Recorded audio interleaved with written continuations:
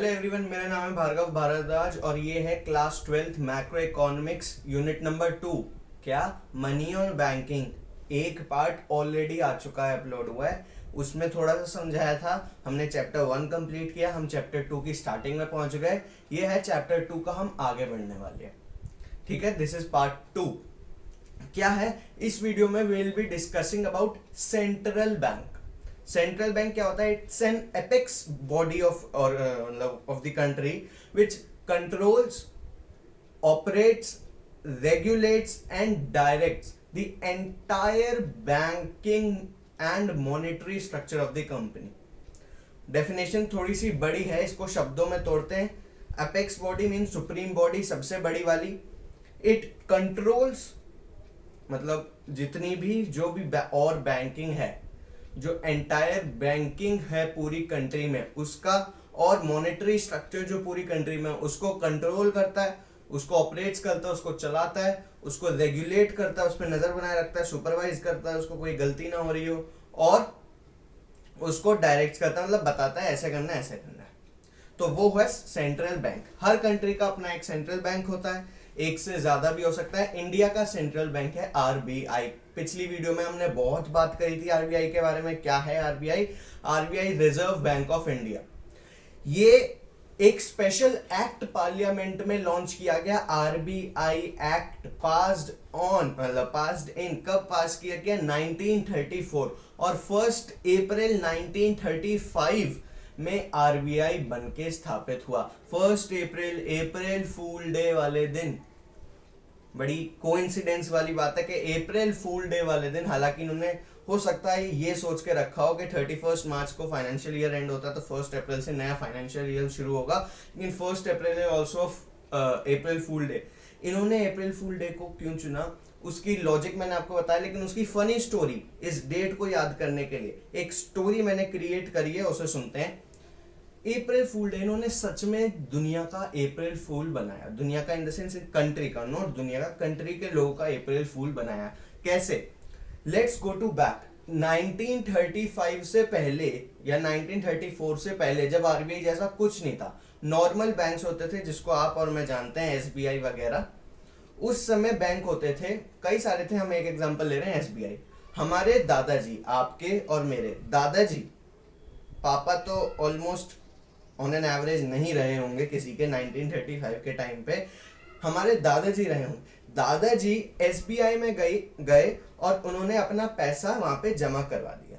ठीक है, स्टोरी चल रही है। दादाजी गए एसबीआई में, उन्होंने अपना पैसा जमा करा दिया। 1934 में जब गवर्नमेंट ने ये लॉन्च किया कि भाई हम एक और चीज आरबीआई जैसा कुछ ला रहे हैं। एसबीआई क्या है? State bank of India. तो हमारे दादाजियों को पता चला कि भाई एक और चीज आ रही है, रिजर्व बैंक ऑफ इंडिया करके। अब इसमें भी हम पैसे जमा कर सकते हैं, मतलब व्हाट दे थॉट। ठीक है, इसमें भी हम पैसा जमा कर पाएंगे, हमारे 2 अकाउंट्स हो जाएंगे, हम 2 जगह पैसा डिपॉजिट करेंगे तो हमें 2 जगह से इंटरेस्ट मिलेगा। ठीक है, अब क्या हुआ? जब आया 1 अप्रैल 1935, आरबीआई बन के तैयार हुआ। ये लोग गए आरबीआई में पैसे जमा कराने, वॉचमैन ने भारी रोक दिया, पीछे चलो, पीछे जाओ। ये सर मैं पैसे जमा करवाने आया हूँ आरबीआई। नहीं, आरबीआई में तुम्हारे पैसे जमा नहीं होंगे। सरकार ने इनको बोला अप्रैल फूल, बिकॉज इट्स 1 अप्रैल। अप्रैल फूल क्यों? क्योंकि RBI does not deal with general public. SBI, state bank of India, वो जनरल पब्लिक से डील करता है, लेकिन reserve bank of India general public के साथ डील नहीं करता। आपको याद हो तो पिछली वीडियो में मैंने आपको एक फ्लो चार्ट बनाया था जहां पे government, central bank, commercial bank और उससे नीचे था आपका general public.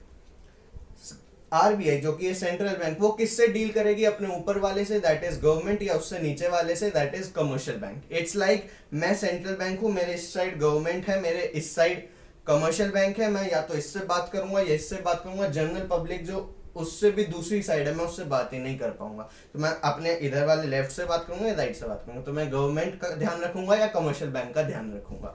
This was RBI. ये बातों बातों मैंने उसका एक पॉइंट आपको बता दिया, एक फीचर बता दिया कि it does not deal with general public, it only deals with government and commercial bank. ठीक है, तो ये सारी कहानी खत्म हुई। हम बढ़ते हैं फंक्शंस ऑफ सेंट्रल बैंक के ऊपर। सबसे पहला function currency authority, RBI. We will study all the functions with related to India. Central bank या RBI has the sole authority, sole right to issue paper currency notes. अकेला ही पूरी country में एक ऐसी ऑर्गेनाइजेशन है या एक ऐसी बॉडी है जिसके पास अथॉरिटी है, जिसके पास हक है, अधिकार है कि भाई तुम पूरी कंट्री में पैसा तुम ही रेगुलेट करोगे, तुम ही बनाओगे, तुम ही मार्केट में पैसा निकालोगे। This is called the sole authority. इसमें कुछ एक्सेप्शन है, जैसे 1 रुपये का नोट और सारे के सारे कॉइन्स आरबीआई नहीं बनाता, वो मिनिस्ट्री ऑफ फाइनेंस बनाता है। क्यों? क्योंकि देखो भाई, मेन काम तो ये पेपर नोट छापने का और सिक्के बनाने का तो मिनिस्ट्री ऑफ फाइनेंस का था, लेकिन अब उन्होंने अपना काम आरबीआई को सौंप दिया, अपना एजेंट आरबीआई को बना दिया, या फिर मैं ये कहूं कि भाई उसने अपना काम डेलीगेट कर दिया आरबीआई को, क्या मेरी जगह तू कर। अब उसने क्या किया, फॉर एग्जांपल उसके बाद 10 पावर्स थी, 10 काम थे, उसने कहा 2 मेन बड़े बड़े काम मैं कर रहा हूं, बाकी के 8 काम तू कर ले। तो उसने 1 रुपये नोट और ऑल कॉइन्स बनाने की जिम्मेदारी अपने ऊपर ले ली, बाकी सारे पेपर करेंसी नोट्स 1 के अलावा 5, 10, 20, 50, 100, ठीक है, 200, 500, 1000, 2000 वगैरह सारा आरबीआई को दे दिया। अब इसके फायदा क्या हुआ, मतलब फायदा क्या है? अगर एक ही बॉडी है, सोल अथॉरिटी है, तो इसका क्या फायदा है भाई? इसके जो फायदे हैं 5 फायदे हैं। इसका एब्रीविएशन तैयार किया है मैंने, यूपीएसईएस। क्या? यूपीएसईएस। याद करने के लिए ऐसा सोच सकते हो कि यूपीएससी एक पेपर होता है, आपको पता होगा यूपीएससी का पेपर होता है, लिखते वक्त तो आता है यूपीएससी, लेकिन अगर आप बोलते हो तो ये यूपीएसई साउंड करता है। तो जब बहुत सारे यूपीएससी एक साथ मिल जाते हैं तो वो आते हैं यूपीएसईज। तो याद रखने के लिए, दो it was a very bad one, but याद करने के लिए तुम ऐसा सोच सकते हो कि यूपीएसईएस। सबसे पहले यू से यूनिफॉर्मिटी। भाई एक बंदा जब काम कर रहा है और उसके अलावा वो काम कंट्री में और कोई नहीं कर रहा, तो वो पूरे सिस्टम को, पूरी चेन को, पूरे सर्कुलेशन को एक तरीके से करेगा, यूनिफॉर्मिटी बना के लेके आएगा, सारा काम एक ही तरीके से होगा, ठीक है, और रिपीटेड तरीके से होगा, कि जैसा पहली बार हुआ था वैसी दूसरी बार होगा, वैसी तीसरी बार होगा, वैसी चौथी बार होगा। सेकंड है यूपी। पी से क्या है? Power to influence money supply. Money supply की डेफिनेशन हमने पिछली वीडियो में देखी थी, पार्ट 1 में। क्या होता है? At a fix particular point of time the total amount of money held by the public. Market में कितना पैसा घूम रहा है एक पर्टिकुलर पॉइंट ऑफ टाइम पे, उसको कहते हैं मनी सप्लाई। तो क्योंकि यही मनी मार्केट में निकालती है, तो इसके हाथ में पावर है उस चीज को इन्फ्लुएंस करने की। ये अगर चाहे तो पैसे इशू करके मार्केट में पैसा निकाल के मनी सप्लाई बढ़ा सकती है, वरना पैसा खींच के मार्केट से पैसा वापस लेके मनी सप्लाई कम कर सकती है। कैसे बढ़ा सकती है, कैसे कम कर सकती है, वो हम देखेंगे पार्ट नंबर 3। ये पार्ट नंबर 2। पार्ट नंबर 3 में वो सारा केस आएगा। थोड़ा बड़ा काम था इसलिए मैंने उसको पार्ट नंबर 3 में रखा है, पहले ये समझ लो, ठीक है। तीसरा है S, means supervision and control. किस चीज का सुपरविजन? सारी बैंकिंग यूनिट्स का, सारे इशू ऑफ नोट्स का, अपनी जो पैसा बैंक में पहुंच रहा है टाइम पे, नहीं पहुंच रहा, उस सारी चीजों का ये सुपरवाइज करेगी, आंख लगा के देखेगी भाई क्या कहाँ हो रहा है, और उसको कंट्रोल करेगी। तुम्हारे बैंक ने लोन ज्यादा लिया, इतना लोन नहीं देने का है, ठीक है, तुम्हारा पैसा वापस नहीं आया, तुम्हारा जाके उससे पैसे लेके आओ।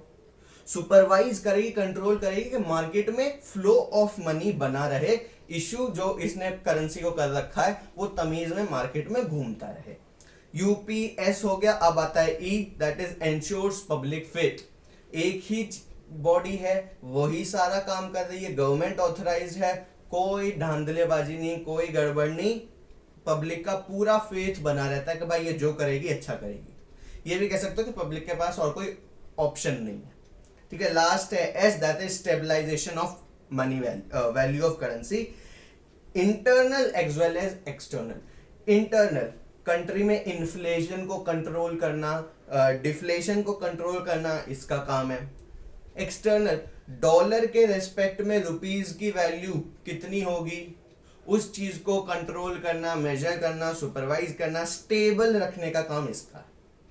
तो internal as well as external stabilization of the value of money का काम इसका है। सेकंड इसका फीचर आता है बैंकर टू द गवर्नमेंट। इसके 3 पार्ट है, banker to the government, agent to the government and adviser to the government. सबसे पहले बैंकर टू द गवर्नमेंट। क्या होता है बैंकर टू द गवर्नमेंट? जैसे एक बैंक, कमर्शियल बैंक पब्लिक के साथ रिलेशन रखती है, वैसे ही सेंट्रल बैंक गवर्नमेंट के साथ रिलेशन रखती है। गवर्नमेंट का पैसा ये गवर्नमेंट का अकाउंट क्रिएट करके रखती है अपने पास। गवर्नमेंट का अकाउंट क्रिएट करके रखा, गवर्नमेंट के अकाउंट में पैसा एक्सेप्ट करती है, गवर्नमेंट को लोन देती है, उस जो पैसा गवर्नमेंट का उसके ऊपर इंटरेस्ट देती है, वो सारे काम ये आरबीआई करती है। ठीक है, क्या है देखो, किससे कितना टैक्स आया, क्या कौन से अकाउंट में है, कितना इनडायरेक्ट टैक्स है, कितना डायरेक्ट टैक्स है, वो सारा इसका काम है। जैसे एक नॉर्मल बैंक का काम करता है वैसे ये काम करती है for government. Second, agent. Agent का क्या रिस्पॉन्सिबिलिटी है? As an agent to the government RBI की ये रिस्पॉन्सिबिलिटी है कि वो पब्लिक डेट को मैनेज करके रखे। पब्लिक से कितना पैसा आ रहा है, उस कितना जा रहा है, स्टेट गवर्नमेंट को कितना जाएगा, कितने इलेक्शन में लगेगा, कितना किसका खर्च, कौन सा खर्च कहाँ होगा। एज एन एजेंट ये गवर्नमेंट की तरफ से इस सारी चीजों का भी ध्यान रखता है आरबीआई। एज एन एडवाइजर ये गवर्नमेंट को टाइम टाइम पे एडवाइस देता रहता है कि कंट्री की फाइनेंशियल स्टेट पोजीशन कैसे इंप्रूव करनी है और मॉनेटरी मेथड कैसे इंप्रूव करना है, यूज करना है। तो एज एन एजेंट ये उसको रिस्पॉन्सिबिलिटी, उसके काम को भी देखता है। एज एन एडवाइजर ये गवर्नमेंट को एडवाइस भी देता है, और एज अ बैंकर ये गवर्नमेंट का सारा बैंकिंग भी संभालता है, पैसा आना जाना सारा। नेक्स्ट फीचर है, last feature of the video at least, central bank का feature, bankers bank and supervisor. ये पॉइंट कहता है, ये फंक्शन कहता है कि भाई जैसा संबंध, जैसा रिश्ता कमर्शियल बैंक का, जैसा रिश्ता कमर्शियल बैंक का जनरल पब्लिक के साथ है, वैसा ही रिश्ता कमर्शियल बैंक सेंट्रल बैंक का कमर्शियल बैंक के साथ है। ये रिश्ता क्या कहलाता है? ये रिश्ता यही कहलाता है, जो कमर्शियल बैंक रखेंगी जनरल पब्लिक के साथ, वही सेंट्रल बैंक रखेगा कमर्शियल बैंक के साथ। इसके आगे 3 पॉइंट है। Custodian of cash reserve. पिछली वीडियो में हमने LRR के बारे में देखा था, लीगल रिजर्व रेशियो। इस वीडियो में हम देख रहे हैं CRR, cash reserve ratio. RBI कहती है कि भाई हर बैंक अपनी जो भी रिसिप्ट उसको पब्लिक से मिली है, उसका कुछ प्रतिशत, कुछ परसेंट मेरे पास रिजर्व के तौर पे रखेगा। हर बैंक, आरबीआई ऐसा कहता है, मेरे पास रिजर्व के तौर पे रखेगा, ताकि अगर बाद में उसे जरूरत पड़े तो मैं उसे दे सकूं और उस बैंक को डूबने से बचा सकूं। एक रिजर्व अगर आपके पास रखा रहता है तो आगे अगर आपको कोई लॉस भी होता है तो वो लॉस आप उस रिजर्व में से निकाल सकते हैं। अकाउंट्स में आपने पढ़ा है, journal reserve, workman compensation reserve, investment fluctuation reserve, बहुत सारी चीजें पढ़ी। ठीक है, सेकेंड पॉइंट आता है under third function is lender of last resort. Lender of last resort क्या कहता है? भाई अगर कमर्शियल बैंक अपनी फाइनेंशियल रिक्वायरमेंट को मीट करने में सक्षम नहीं है, अगर वो अपने फाइनेंस की रिक्वायरमेंट को मीट नहीं कर पाता है, वहां पे पिक्चर में आएगा सेंट्रल बैंक। जो उसने रिजर्व बनवा के रख रखा था उसमें से थोड़ा सा पार्टी निकाल के कमर्शियल बैंक को दे देगा कि भाई तेरा बिजनेस अच्छा नहीं चल रहा है या तेरा धंधा अच्छा नहीं चल रहा, ये तू ये पैसे ले, अपनी फाइनेंशियल रिक्वायरमेंट को पूरा कर। ठीक है, वो किस बेसिस पे करेगा वो इतना हमारे सिलेबस में नहीं है, लेकिन वो उसको लोन दे सकता है। RBI central bank commercial bank को लोन देता है। थर्ड पॉइंट है under third function clearing house. अब मेरे को एक बात बताओ, पॉइंट को समझने से पहले हम थोड़ा सा प्रैक्टिकल समझते हैं।